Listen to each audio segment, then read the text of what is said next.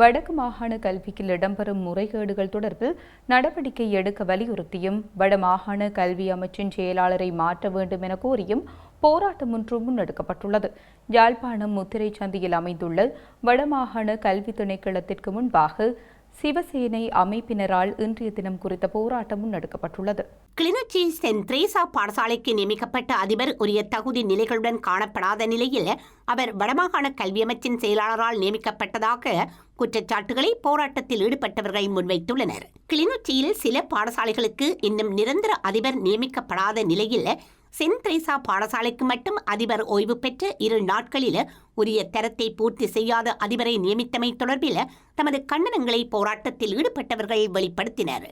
இவ்வாறான நிலையில் கிளிநொச்சியிலிருந்து வாகனத்தில் வருகை தந்த குழு ஒன்று திரேசா பாடசாலையின் அபிவிருத்தி சங்க பிரதிநிதிகள் என தங்களை அறிமுகப்படுத்தி சிவசேனை அமைப்பின் போராட்ட பந்தலுக்கு சென்று குழப்பம் விளைவித்தனர்.